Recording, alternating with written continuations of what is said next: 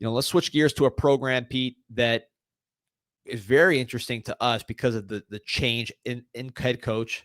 More things change and more things stay the same. Rich Rodriguez back in West Virginia. It just feels right.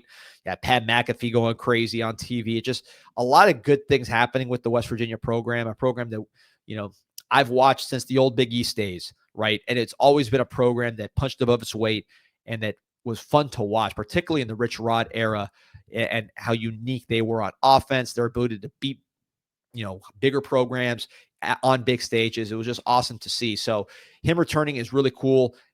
Biggest question, that quarterback spot. How is he going to find his quarterback of the future that does the unique things that he wants to get done at quarterback, same as it was in Jacksonville State, where he just came from, and of course in West Virginia back in the day. You've got a couple lefties that can do work. Nico Marchiol, Khalil Wilkins.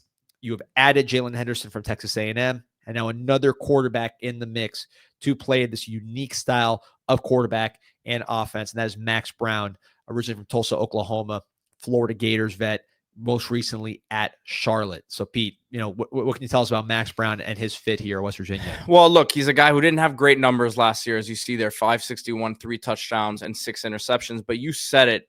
You talk about a guy who has a really interesting athletic background, having played baseball at Florida on a team that made the College World Series. His dad played in the NFL, Corey Brown, with the Falcons and the 49ers. So he has the athletic background. Obviously, the numbers weren't great last year, but coming into a situation with the type of athlete that he is, that you would assume that Rich Rod is a better fit for the type of athlete that he is. Now, quarterback competition, it's not like he's walking in and winning this job, outright. It's not like he's being anointed as the guy. But I think this is a bit of a Moneyball pickup if you're West Virginia and you're Rich Rod, right? I think there's value in getting this guy that obviously has this athletic upside. He has the size. A couple programs that he's been at hasn't worked out at, but I think Rich Rod is probably banking on the fact that he sees his skill set and says, man, I can probably get more out of this guy than these other places he's been. 100%. And look, the way Rich Rod uses his quarterbacks, they take a pounding. So you almost have to treat it like running backs in that you need to have multiple bodies at this position, right? You can't just treat it like it's Peyton Manning and the backup is a nobody, right? Because these guys get hurt. They run the ball like running backs. Just going to Jacksonville State, his quarterback ran the ball more than anybody. So this is what he does, what he's always done, and what he continues to do. So I think in the future he'll recruit to that position. But for right now, you're adding bodies, you're adding guys that can compete, see who fits. And if you are left with multiple guys, you may use multiple guys just because of injury by running these quarterbacks so much. But Nico's got the he's probably the favorite, right, heading into spring. It wasn't a sure thing if he was going to return, ultimately decides to return. But it's going to be interesting to see who can replace Garrett Green and what the direction of this program is. I think long-term, when Rich Rodriguez really gets settled, this should be a program that recruits the absolute best running quarterbacks in the country, because there aren't that many running quarterback programs in America anymore. There used to be a lot.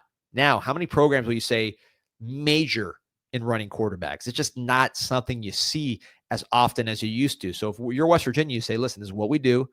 We're not going to try to make you something you're not.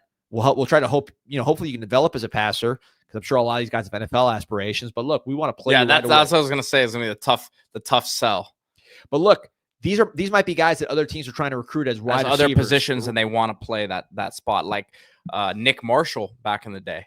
Right. So you could get guys that are athletic, run first quarterbacks with size and say, listen, you will have a chance to play quarterback here. You might have a chance to play early at quarterback here.